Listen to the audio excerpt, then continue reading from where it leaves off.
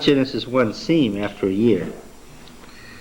Seem different after a year than the first time around? Well, we just wanted to go back and review the whole thing, right from the very beginning, Oh. start all over again, so that we could update ourselves, and in class I could be intelligent. Well, I don't. Well, we'll stop there. We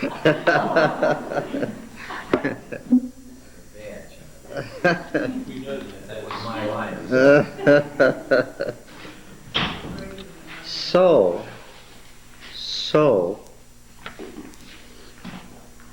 what are the three ways that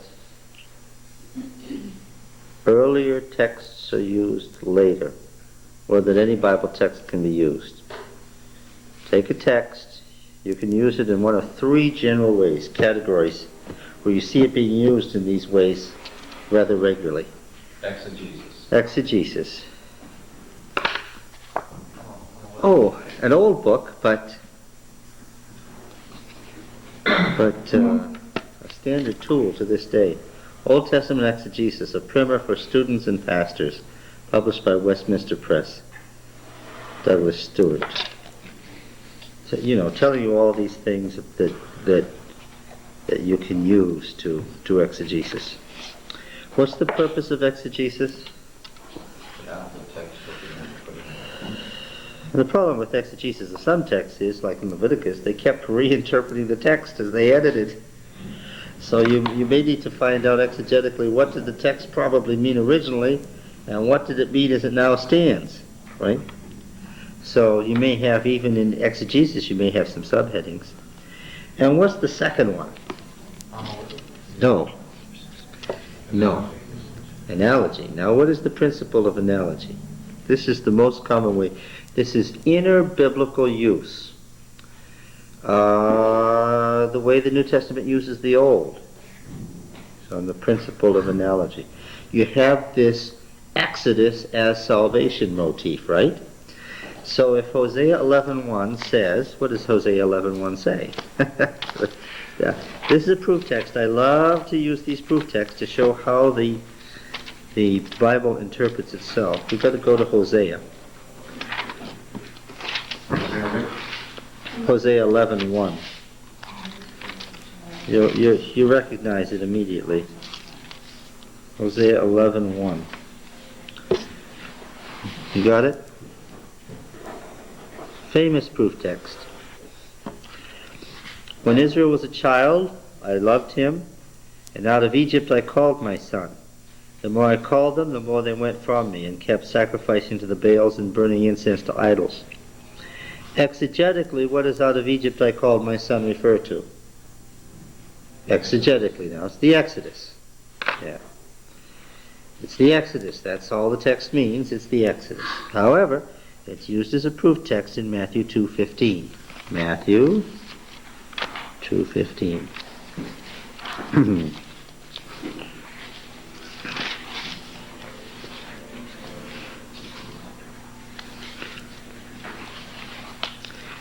And Matthew's not just using it obliquely, he's very emphatic.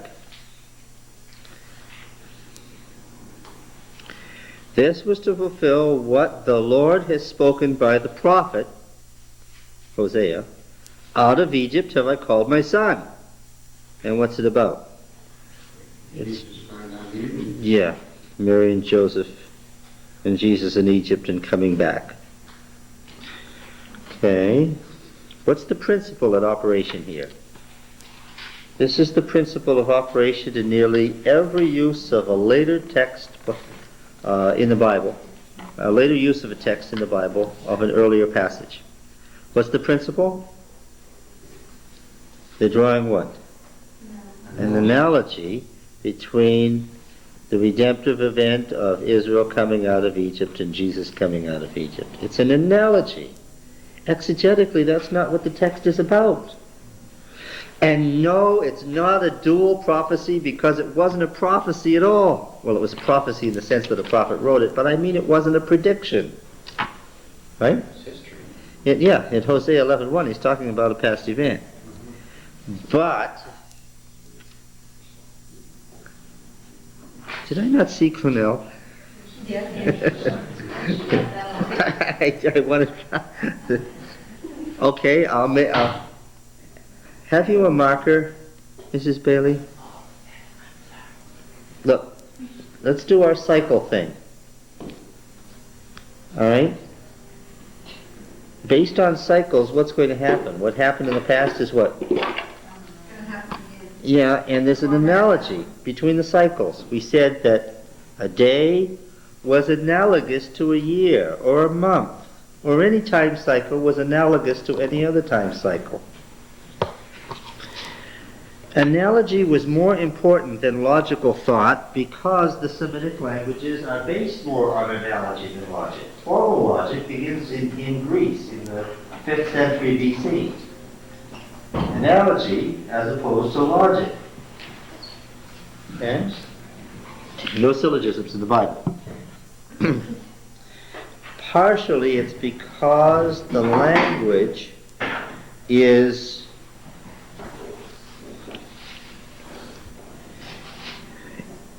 graphic rather than abstract. Do you understand what I mean? There's no word for existentialism in Hebrew. And there's never going to be.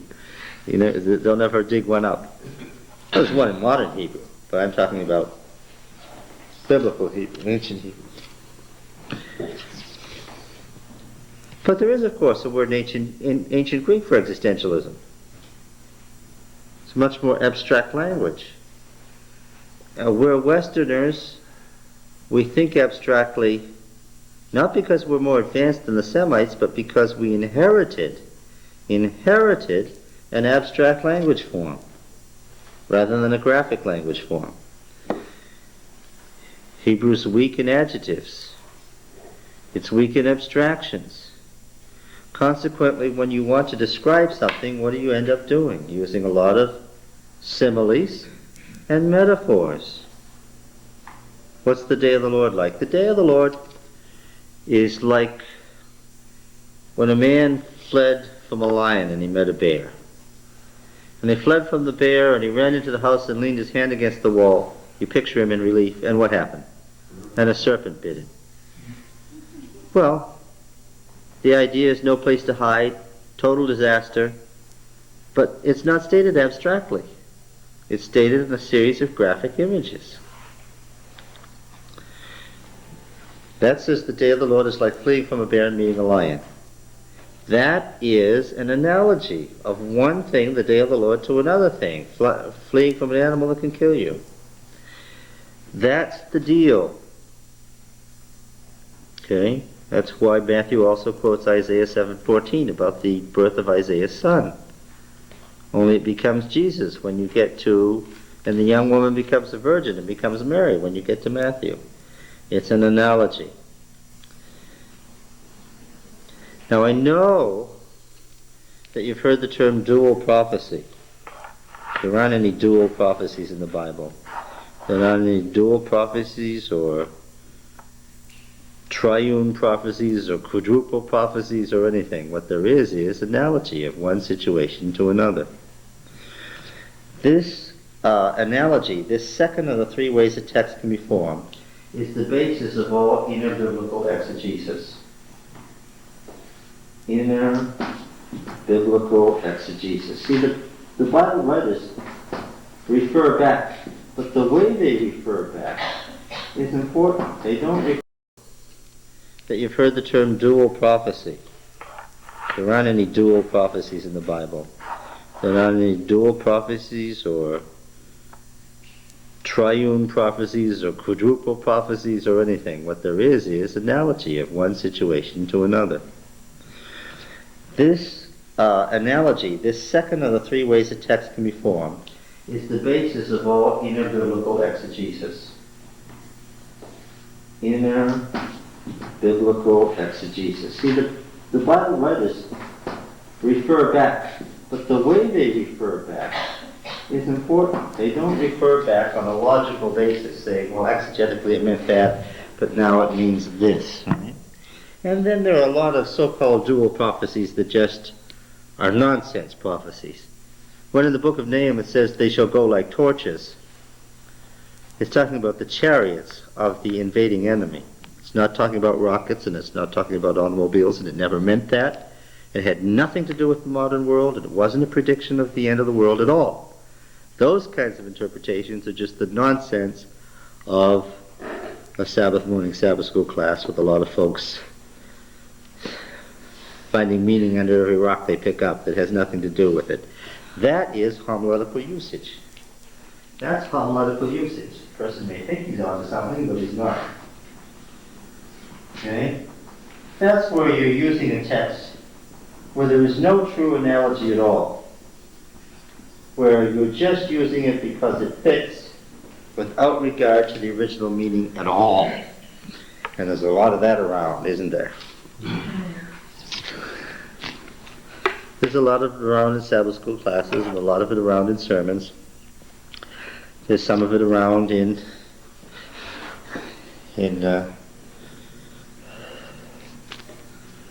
well, there's a lot of folks who write about the meaning of prophecy. They're Baptists or they're Adventists, and they found some obscure thing in Zephaniah that they just know tells you when the end of the world is, and they do what they think is an exegesis, but what are they really doing?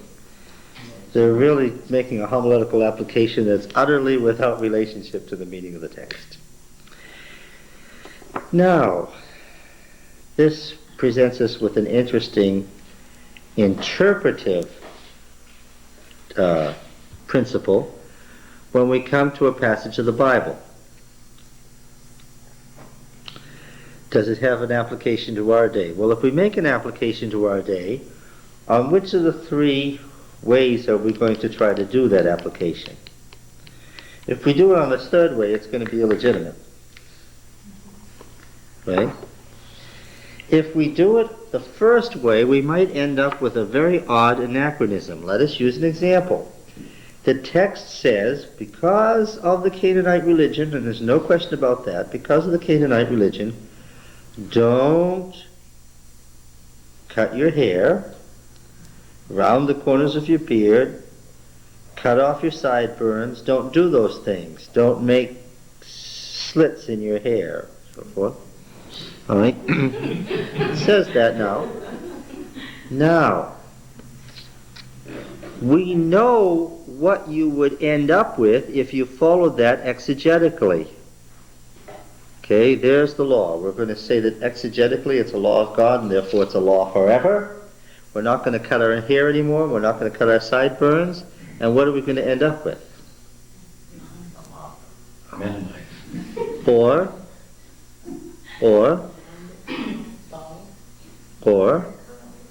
we going to end up with? We're going to take this exegetical meaning, and we're going to take the exact meaning and extend it over time, and we're going to end up with Orthodox Jews, right? Everybody's seen an Orthodox Jew, I presume? Okay. They've got the exegetical meaning, but then they've extended it over time endlessly. They're saying that the exegetical meaning applies endlessly. Right? Then you're going to have all sorts of anachronisms. Then you don't have a cycle. You don't have a linear time, and you don't have a cycle either. Time is just stopped. All right? So that's one thing that you could do. You could take exegetical meanings and you could extend them automatically over time and live as an Orthodox Jew, right? Exactly. And where would you be stuck? You'd be stuck in the 15th century BC, right? You might avoid a lot of the fallacies of today, but what? But by doing that, what? You might end up with a lot of fallacies too. Yes, you're stopped in the 15th century. There can't, on that basis, be any present truth, right? Because the present truth is what it was back then, and that's all there is. There's no present truth. Okay? Now then, what's wrong with interpreting the text the third way? Well, don't round the corners of your beards means don't drink coffee. Now there are interpretations that are just that strange, floating around. And you say, wait a minute, where did you get that? Right? That obviously would be a homiletical usage, and then you would have lost the meaning of the text. And the problem with all those Sabbath school discussions where it says in Zephaniah they shall go like torches, and this is a prediction of today and today's automobiles. What's the problem with that? You've cut loose from the moorings of the Bible. You're not really talking about the Bible. What are you talking about? Present. Huh? What you think about the present. Yes, you're into a subjective thing. What you're really doing, the real guide, is modern interpretation. The kings of the East are, First World War now, are the Ottomans. Yes, First World War. The kings of the East are, Second World War now, Russians. Japanese. Oh, that's right. Yeah. Right? They got problems again. The Baptists have got problems again now because the king of the north is sort of on a rickety chair. I know. Where are those 100 million people from Russia? Well, they've got to be, it turns out that they're just semi-Russians, that they have a loose confederation with Moscow. They're probably Arabs from southern Russia. All right, now, yeah. That's homiletical usage. The problem with homiletical interpretations is that you can end up with any meaning you feel like, right?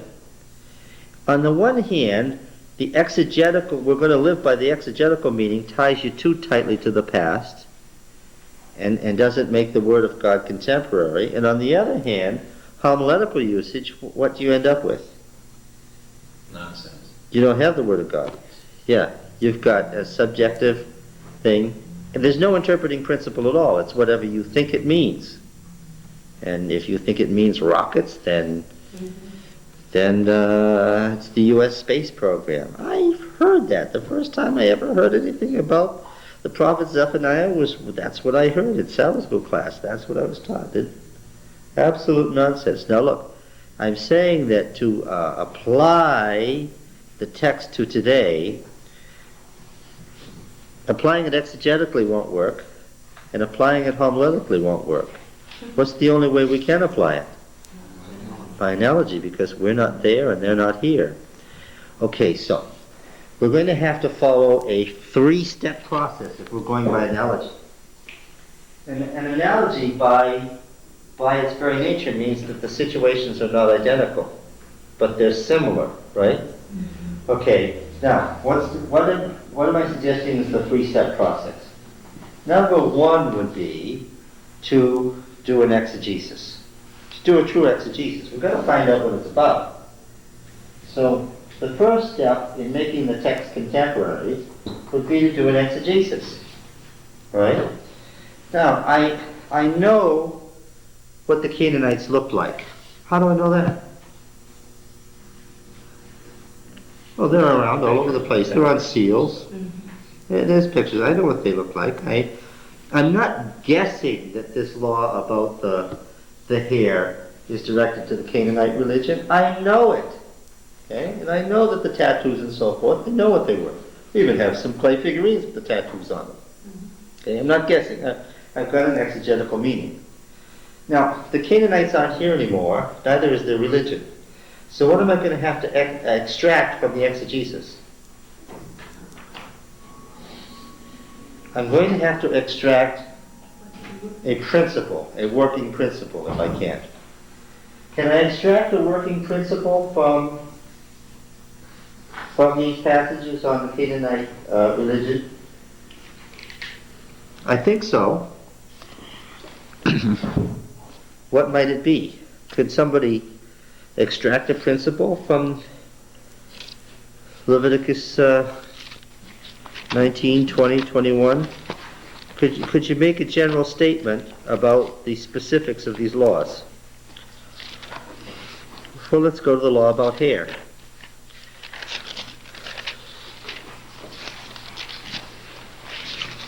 Anybody want to? Could I ask one question, John, interrupting you? Yeah, sure. Just for later time, when we look back at this, do you want the 1, 2, 3 under homiletical? No, because that's right, because it's not going to It's going to look like this is related to that, which is not. Thank you. There. Now we got it right. Thank you. What would you say? Has anybody seen any haircuts lately that violated this text? Yes. No. Yeah. I have. In church. I've seen some lately in church that violated this text. Yeah, not on the basis of exegesis, because the Canaanite religion is gone. But what? But I have a popular culture that what? That has recreated the Canaanite religion, and there's some Canaanites living nearby, right? What? Oh, I'm talking about the passage on the hair. Where is that? I'm using that purely as an example. 27 of what chapter? Okay.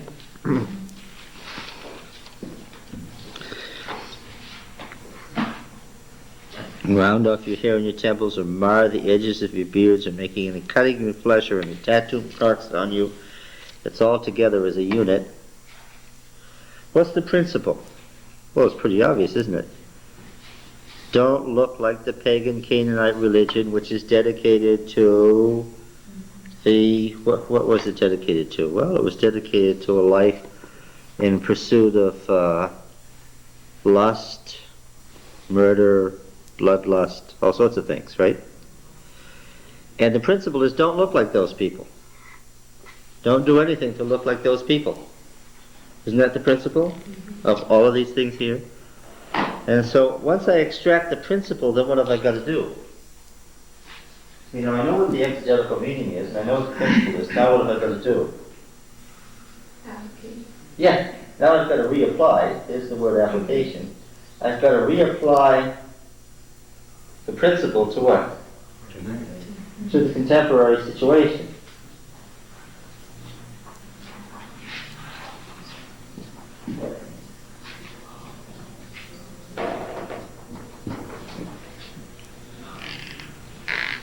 Alright. Would we follow some of those health laws more rigidly if we were living in the desert together and we had no refrigeration or anything? Yeah. Sanitation. Yeah. Yes, we would. We surely would. Who decides what part to take that? The individual does. No, I don't think in Protestantism the church does. That's what the Bible was left there for. The Bible becomes the norm, right? And the Bible stands there as its own witness for the Holy Spirit to tell the individual what to do. Okay?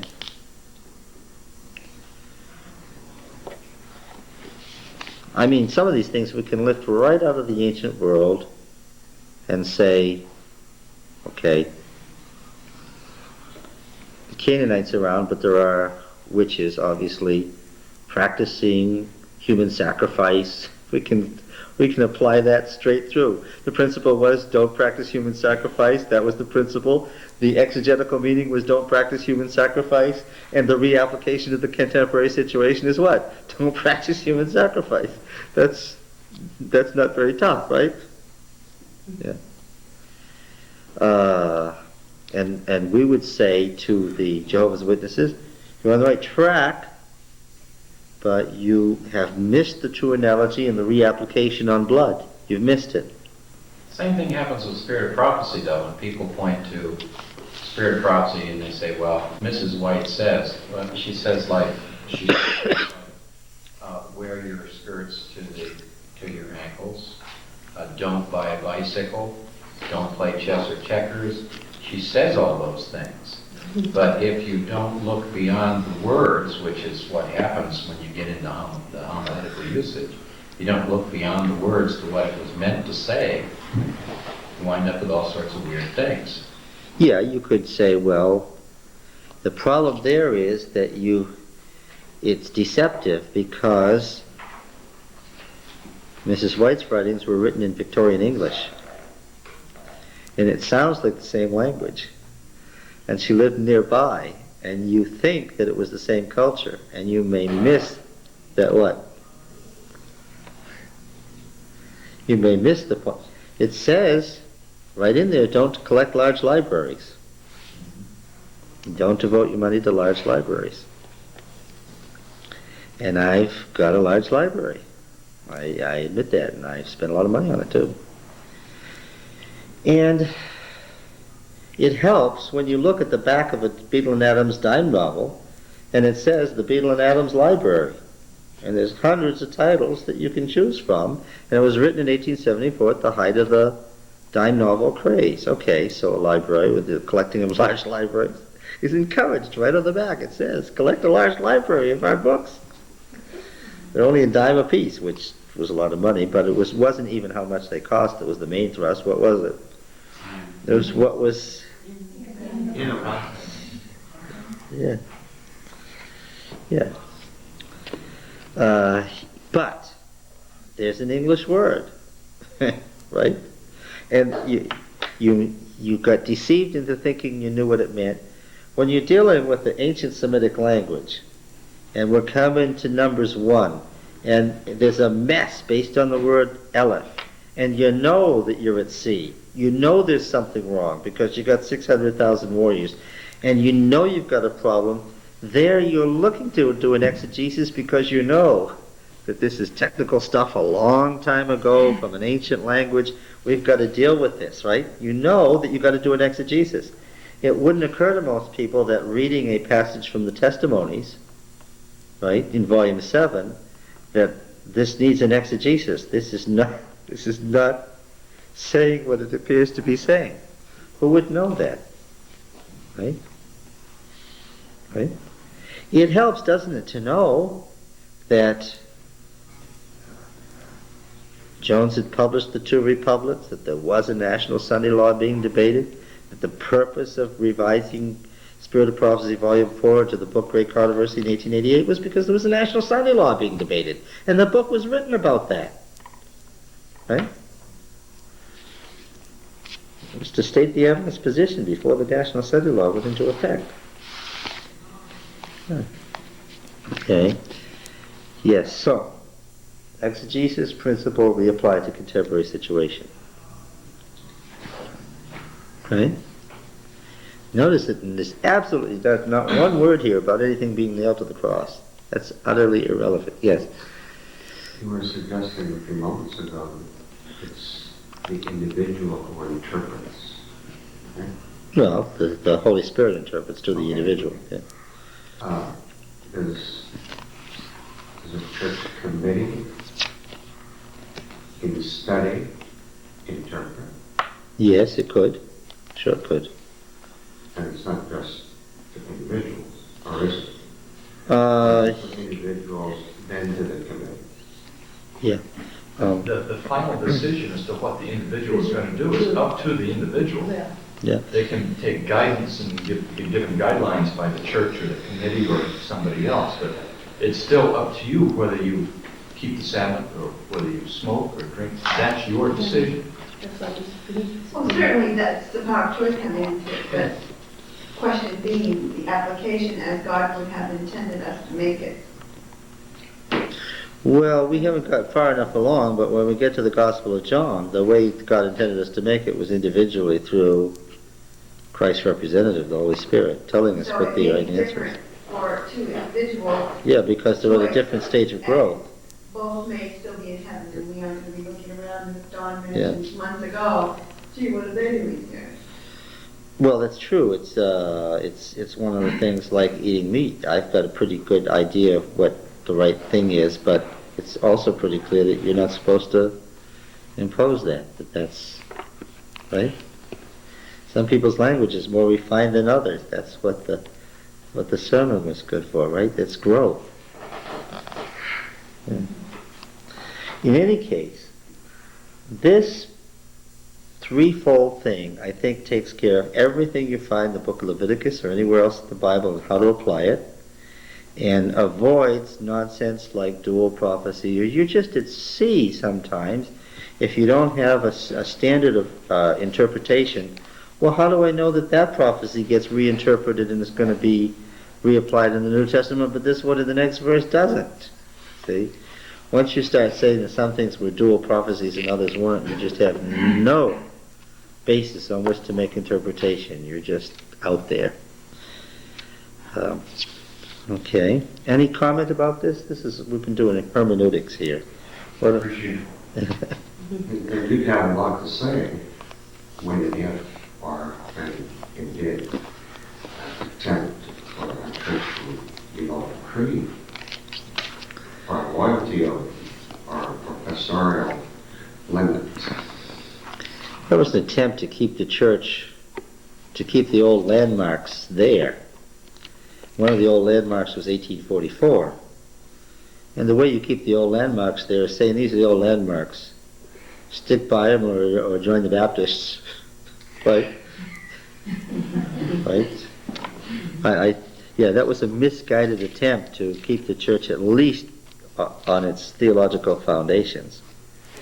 I think if you take money to teach in an Adventist institution and you accept a salary for that, you ought to at least believe what are defined as the old landmarks. If you don't, go into living some other way. What we're saying is basically what we've been saying from the beginning, is that there is no place to hide. It's you and God, one-on-one. That's the way God set it up. That's the way He's run it from the beginning, and that's the way it'll be in the end. Yes. It's me and God. And you can give me your view, and I can evaluate the wisdom of that based on our relationship or what I know of your background. But in the end, it still comes down to the way God and I work it out together. That's right. As somebody who was trained in theology and that the church paid for, my responsibility is to do the exegesis. Every part of the Bible, every verse of it's contemporary, every verse of it's applicable to our spiritual condition. It's now that you know what it meant at the time, what application do you make to yourself? Yeah. Look, I know for sure that I didn't pay tithe for a while, and I know for sure what I did. I paid it back and added 20% to it. Why? Because that's what the text said. There isn't any new reapplication to a contemporary situation that gets you out of paying it back plus 20%. That's what it says. No, just a flat 20% is what it says. But what can be done to reconcile the 2 or 3 or maybe there are 100 different philosophies of how the church ought to operate? The liberal, many denominations are in schism. How do we reconcile that? How do we talk about it? Do you simply agree not to attempt to impose what you think on someone else, recognizing that God and you ultimately arbitrate the situation? That's what's wrong, it seems in my judgment, is not that you see it differently than I. It's that my tendency as a human is to want you to see it my way. And if you don't, I'll jolly well make sure you do. Yes. If I can't argue into it, I'll do something else so that you see it my way in the end. And that's what God, maybe that's the worst that God sees in us, is not giving you the choice that He gave me. Yes. There are wrong ways to interpret it. That's right. Ways to interpret That's right. Part of my soapbox when you ask that is, that I want to stand on is, that a lot of these arguments are based on an ignorance of the Bible. That if people would just study, the principles become so obvious that a lot of these arguments wouldn't happen. It's a church that is almost, I have to say that Adventists know a lot more about the Bible than anybody else. They really do. The average person in the pew really knows the Bible very well if you're going to compare to other denominations. Not a good thing to do. Why? Because I could also say that what? just terrible ignorance of the Well, Bible. I bit off the task of trying to read the SDA commentary word for word, but I don't end up with the same conclusions that we're ending up with here. Yes, that's right. Now that is for two or three reasons, some of them good, some of them bad. The bad reason is that the writers began as fundamentalists. Now, Mrs. White was not a fundamentalist. She fought against the fundamentalist position, but when she died, and this great fundamentalist liberal schism occurred, which side did the Adventist Church naturally go to? If you're going to make it either or, then the Adventists were not about to become liberals. There couldn't be any way that you'd have Adventism, right? So when it became either or in the 1920s, which way did the Adventist Church go? It went to fundamentalism, yes. And that happened in the 20s and 30s, and when that commentary was written in the late 40s and early 50s, most of its writers were Bible teachers who were what? Fundamentalists. Absolutely fundamentalists. That's number one, that the commentary was written by a group of fundamentalists. The second point, however, is that we shouldn't force the commentary to superhuman Limits. yeah, because it can't. It was written in the late 40s and early 50s. And there is no commentary from that period that isn't anything more than interesting as an historical piece. And there were a number of commentaries at that time. Remember, the RSV was coming out, and the results were just coming in. Think about it, the first excavation, I keep saying this over and over again because it's such a marvel to me. The first Palestinian excavation was begun in 1919, and the great excavations of the big cities, like Megiddo, were in the 1930s. And what was happening then? Well, the results of those 1930s excavations should have been coming in.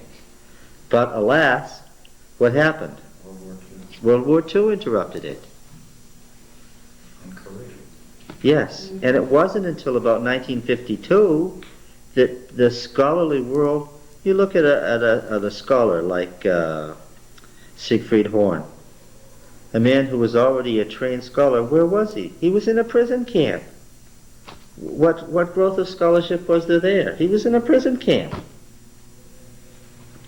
Okay, so, and a lot of those great expeditions had been done by Germans.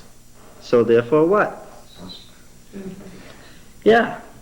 So the synthesis didn't begin coming until the 1950s and 60s on what had actually been discovered. And that, of course, is just mounted up in the last 30 years. It says that besides, the volume of stuff that's been uncovered is so enormous that there are still tons and tons of stuff coming out of the Middle East now that won't be properly studied for decades because there's too much and too few people to study them. Yeah. Dead Sea Scrolls According to still haven't been done end. Going to the Society of Biblical Literature Convention, which is the end of November, is you don't know what to do. There are 10 papers about to be read, all of which are brand new, and every one of which is important, and is going to shed new light, if you want to talk about new light. I liked it then. In those years, Albright used to head his articles, New Light on Genesis 14. He'd say, New Light on the servant of Isaiah. And that's how he would head it up. Yeah, so the Adventist commentary was created just before the real stuff began coming in. And it was quite an achievement for its time, but... We were talking last week about the Huntington Library, what they had or what they didn't have. Oh, yes. So You what... said it's a photocopy of the original. My mother showed me the article. What happened was that the Israeli Antiquities Department decided to yield to the pressure. I think this was probably also a political move, very frankly. What do I mean by that? The Dead Sea Scrolls, you remember, were discovered in what was then Jordan and taken to Israel. Remember, this all happened in 1948 when Israel was coming to creation. And it was going to become part of the bone of contention. I mean, what they did was they decided to announce that they were going to release this the week before they had to go to Madrid. They knew it was going to come up as a big political thing that you stole our heritage and you're keeping it a secret from the world. And so they just announced that we've decided that we're going to open it to everybody. So maybe we will see those Daniel scrolls in our lifetime after all. The credit for that, let's just say very simply that the credit for that goes to a Jew. There's one person who single-handedly did this, and that was Herschel Shanks, the editor of Biblical Archaeology Review. He has created so much pressure and has influenced so much Jewish money against this scholarly monopoly of hiding these things that he actually pulled it off. He's been at it for about 10 years and finally succeeded. You know what I'm talking about, Biblical Archaeology Review? You're all aware of that journal published in Washington, D.C.? We hear you mention it every week, but we've never seen one. Never seen one? Well, I'll have to bring one. Do you get it? As a popular journal, it's very good. It's funny. All right. Now. Thank you. Okay. This was in. Do you all understand what we were doing here? This was an answer to Don's comment that where is the interpreting principle? Why do we observe some of these laws and not others? Where is there an interpreting principle? All right. Let's do Leviticus 27.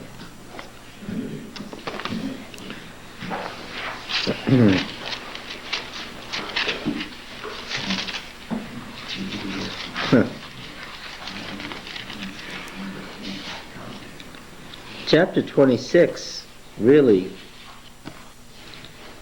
concluded the book, didn't it? I mean, after you've done the blessings and the curses, that's the end. And I said that 25 and 26 were liturgical. I meant that they were covenant renewal ceremonies that were...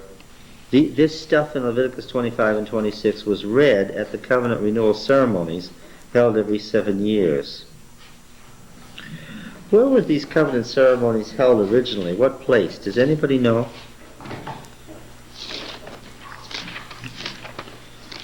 What was the physical place where this was done? Joshua 24? Joshua 24 you should recognize as one of the standard chapters that is referred to by Old Testament scholars in referring to covenant renewal ceremonies. Covenant renewal ceremonies. 24:14. This is a very rich chapter and we don't have time to deal with it now. But Joshua 24:14. Now therefore fear Yahweh and serve him in sincerity and in faithfulness. Put away the gods which your fathers served beyond the river and in Egypt, and serve Yahweh. And if you be unwilling to serve Yahweh, choose this day whom you will serve, whether the gods your fathers served in the region beyond the river, or the gods of the Amorites in whose land you dwell. But as for me and my house, we will serve Yahweh. Then the people answered, Far be it from us that we should forsake Yahweh to serve other gods. For it is Yahweh our God who brought us and our fathers up from the land of Egypt, out of the house of bondage, who did those great signs in our sight, and preserved us in all the way that we went, and among all the peoples through whom we passed. And Yahweh drove out before us all the peoples, the Amorites who lived in the land. Therefore we will serve Yahweh, for he is our God. But Joshua said to the people, You cannot serve Yahweh, for he is a holy God. He is a jealous God. He will not forgive your transgressions or your sins. If you forsake Yahweh and serve foreign gods, then he will turn and do you harm, and consume you after having done you good. And the people said to Joshua, Nay, but we will serve Yahweh. Then Joshua said to the people, You are witnesses against yourselves that you have chosen Yahweh to serve him. They said, We are witnesses. He said, Then put away the foreign gods that are among you, and incline your heart to Yahweh, the God of Israel. And the people said to Joshua, Yahweh our God we will serve, and his voice we will obey. The voice being a technical term for voice of Yahweh, heard only once. Voice, the technical term for the Ten Commandments. So Joshua made a covenant with the people that day and made statutes and ordinances for them at Shechem. Some of those statutes and ordinances are in the book of Leviticus, and some of them are in the book of Exodus. We've been reading some of them. And of course, under whose name? We haven't read one word of a statute given by Joshua. Under whose name? Moses, of course. And made statutes and ordinances for them at Shechem. And Joshua wrote these words in the book of the law of God. It's very blatant, tells you. And he took a great stone and set it up there under the oak in the sanctuary of Yahweh. Where were they? In Shechem. Shechem was never destroyed. That was a great Canaanite city. It was never destroyed. You remember how Abraham set up an altar by the sacred terebinth in Shechem? Israel, when it went into Canaan, just took over this Canaanite city and took over this pagan shrine and said, "Oh, this is an old shrine from our father Abraham. This is our sacred city." They never did destroy it. And the Canaanites who dwelt at Shechem seem to have just what? Just sort of allowed themselves to be... Yeah. Well, they might have had good reason. After all, that city had already been killed to a man by Jacob's children. Yeah. Yeah. Okay. Now, how about in Deuteronomy? This is related to what it says in Deuteronomy 27. Deuteronomy 27. Now Moses and the elders of Israel commanded the people, saying, "Keep all the commandment which I command you this day. And on the day you pass over the Jordan to the land where Yahweh your God has given you, you shall set up large stones and plaster them with plaster. And you shall write on them all the words of this law when you pass over to enter the land which Yahweh your God gives you, a land flowing with milk and honey." That catchphrase, milk and honey, relates to the two harvests. "As Yahweh the God of your fathers has promised you. And when you passed over Jordan, you shall set up these stones concerning which I command you this day. On Mount Ebal you shall plaster them with plaster." Now where is this Mount Ebal? Shechem means the shoulder. Where is this Mount Ebal? It's in the valley between Mount Ebal and Mount Gerizim. This is Shechem. "You shall lift no iron tool upon it." Remember the original law of the altar in the covenant code in Exodus? The first law in the covenant code in Exodus was the law of the altar. And what was the altar to be like? Just a simple altar of unhewn stones packed with earth. And that's what this is about here. No tool. "You shall build an altar to Yahweh of unhewn stones, offer burnt offerings on it to Yahweh your God, sacrifice peace offerings, and shall eat there. And you shall rejoice before Yahweh your God, and you shall write upon the stones all the words of this law very plainly." And Moses and the Levitical priests and all Israel said to all Israel, "Keep silence and hear, O Israel. This day you have become the people of Yahweh your God. You shall therefore obey the voice of Yahweh your God," standard Deuteronomic phrase for the commandments, "keeping his commandments and statutes which I command you this day."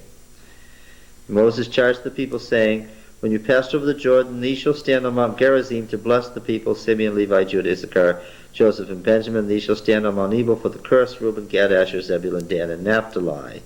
And the Levites shall declare to all the men of Israel with a loud voice." The curses, which of course once upon a time were paralleled by blessings, right? How do they write on the stones without a tool? In the wet plaster with their hand? Yeah. It doesn't say it right on the plaster, but it's right on the stone. Oh. Well, that's referring to a stele, not to the altar. They set up a stele, that is a sacred stone, that was a memorial stone in the sacred place.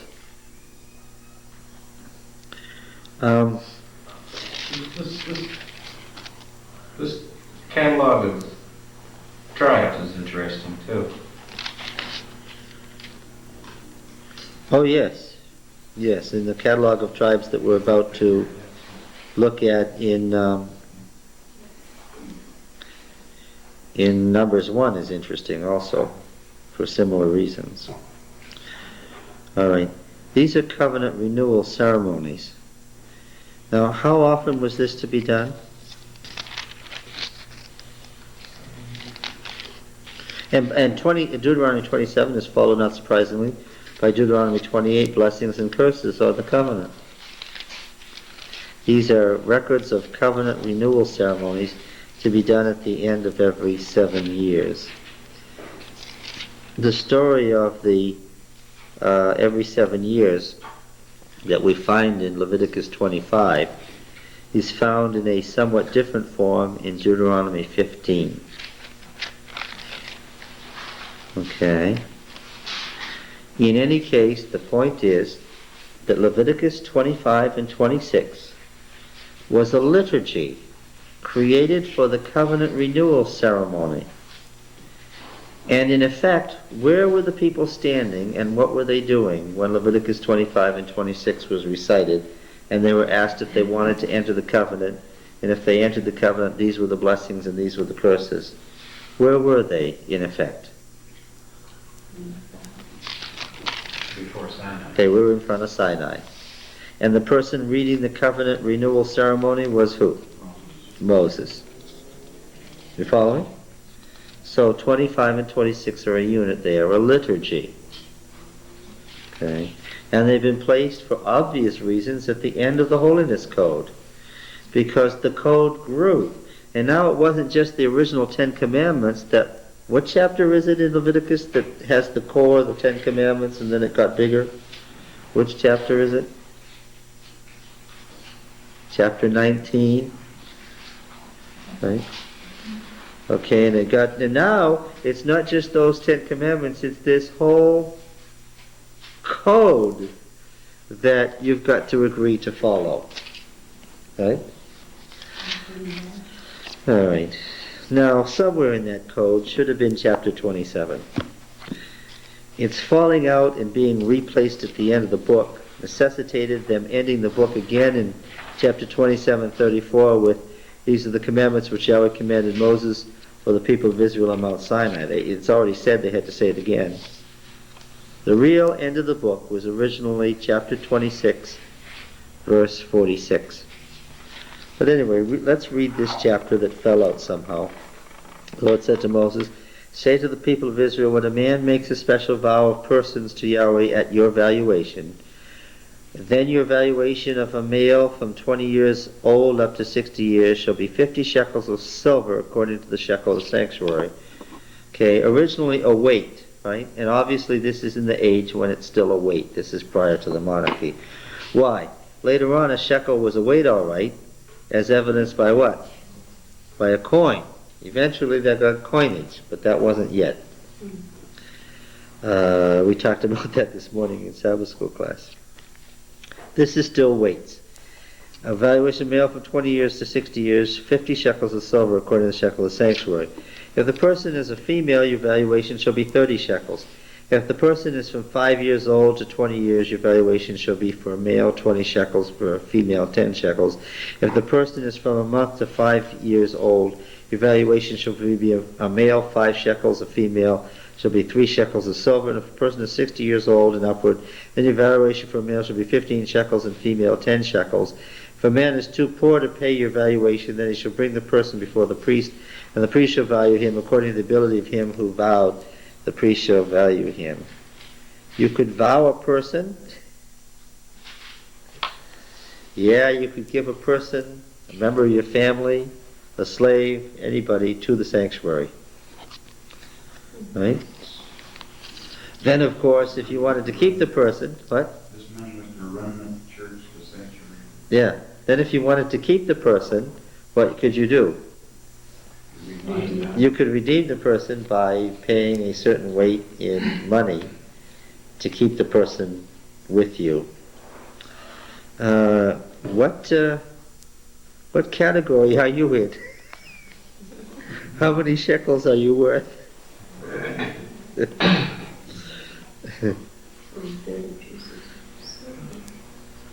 Tina, you still young enough that you're worth more than 15 shekels?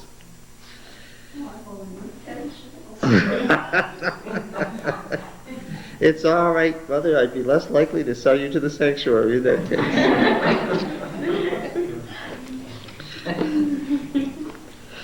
Verse 9. If it's an animal such as men offer as an offering to Yahweh, all of such that any man gives to Yahweh is holy. He shall not substitute anything for it or exchange it, a good for a bad or bad for a good. If he makes any exchange of beast for beast, then both it and that for which it's exchanged shall be holy. And if it's an unclean animal, such as is not offered as an offering to Yahweh, then the man shall bring the animal before the priest, and the priest shall value it either as good or bad. As you, the priest, value it, so it shall be. But if he wishes to redeem it, then he shall add a fifth to the valuation. There's absolutely no question that in the earliest period the Israelites kept pigs. Right? And what could you even do if you wanted to? You could bring your piggy and what? And give it to the Lord's sanctuary. This is in perfect accord with Paul's principle that there's nothing unclean of itself. When a man dedicates his house to be holy to Yahweh, the priest shall value it as either good or bad. As the priest values it, so it shall stand. And if he who dedicates it wishes to redeem his house, he shall add a fifth the valuation in money to it, and it shall be his. You could give it, and then you could get it back. If a man dedicates to Yahweh part of the land which is his by inheritance, then your valuation shall be according to the seed for it. A sowing of a homer of barley shall be valued at 50 shekels of silver. If he dedicates his field from the year of Jubilee, it shall stand at full valuation. If he dedicates it after the Jubilee, the priest shall compute the money value for it according to the years that remain until the year of Jubilee, and a deduction shall be made for your valuation. If he who dedicates the field wishes to redeem it, then he shall add a fifth of the valuation in money to it, and it shall remain his. But if he does not wish to redeem the field, or if he has sold the field to another man, it shall not be redeemed any more, but the field, when it's released in the Jubilee, shall be holy to Yahweh, as a field that has been devoted. Now this word devoted, you can't be used for any other purpose then. It's just like the city of Jericho was devoted. So what was the only thing that was good for? The only thing you could do with it was sacrifice it. And so what did they do? They burned it as a burnt offering. The priest shall be in possession of it. If he dedicates to Yahweh a field which he's bought, which is not a part of his possession by inheritance, the priest shall compute the valuation for it up to the year of Jubilee. A man shall give the amount of the valuation on that day, the holy things of the Lord. In the year of Jubilee, the field shall return to him from whom it was bought, to whom the land belongs to by possession and inheritance. Every valuation shall be according to the shekel of the sanctuary. 20 gerahs shall make a shekel. But a firstling of animals, which is a firstling, belongs to Yahweh. No man may dedicate, whether ox or sheep. It is Yahweh's. Obviously, you can't give as a gift that which belongs to God already. Right? If it's an unclean animal, he shall buy it back at your valuation, and add a fifth to it. If it's not redeemed, it shall be sold at valuation. So, if the firstlings of an unclean animal, they were still the firstlings, and so they still belong to God. So the first pig born was God's, and you paid the value for it if you wanted to keep it. There's no question that this wasn't being treated as some sort of ritual thing that, touch it, you're unclean. Mm-hmm. But no devoted thing that a man devotes to Yahweh of anything that he has, whether man or beast, or of his inherited field shall be sold or redeemed. Every devoted thing is most holy to Yahweh. No one devoted who is to be utterly destroyed from among men shall be ransomed. He shall be put to death. This is in reference to, for instance, somebody living in the city of Jericho, for instance. Or Agag. Did you say Agag? Yes. The Amalekite king that Saul didn't deal with. All the tithe of the land, whether of the seed of the land or of the fruit trees, is Yahweh's. It is holy to Yahweh. If a man wishes to redeem any of his tithe, he shall add a fifth to it. And all the tithe of herds of flocks, every 10th animal of all that pass into the herds and the staff, shall be holy to Yahweh. A man shall not inquire whether it's good or bad, neither shall he exchange it. And if he exchanges it, then both it and that for which it's exchanged shall be holy It shall not be redeemed. All Now, right? what was the reason for a vow? It almost sounds to me like it was a status symbol. Well, I vowed my house and I bought it back. It sounds like another way around a free will offering. Just give a free will offering. The theology of vows, we haven't got to Numbers yet. The theology of vows was you vowed something for God to do something in particular for you. Jacob vowed a vow. If you do this and this and this and this and this for me, then I will do this and this and this and this for you. It's where you tell God, I will do the following things, but I want you to do this, this, this, and this. A vow is a contract.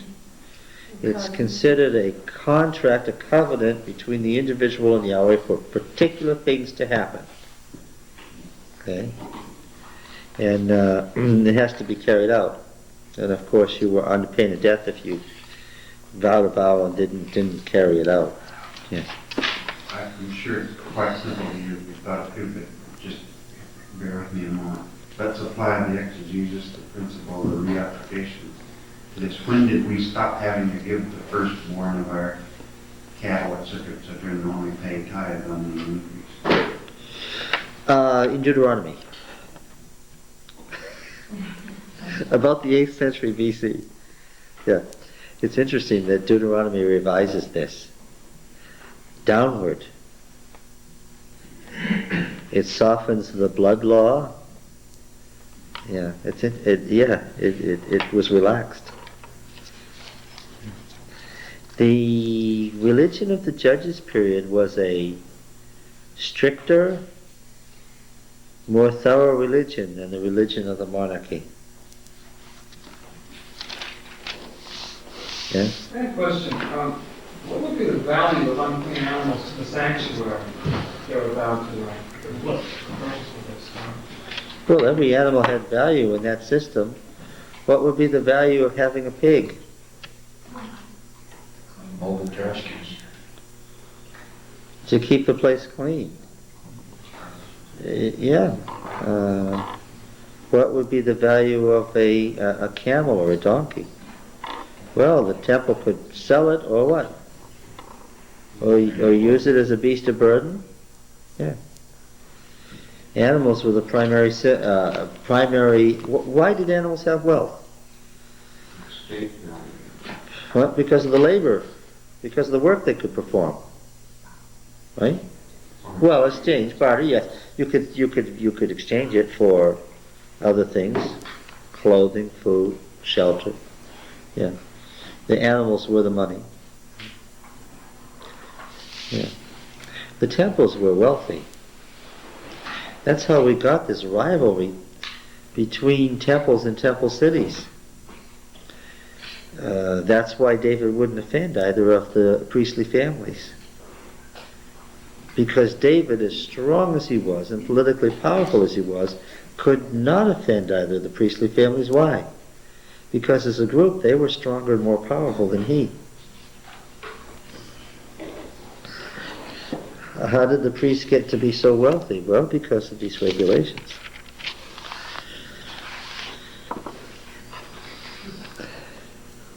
What?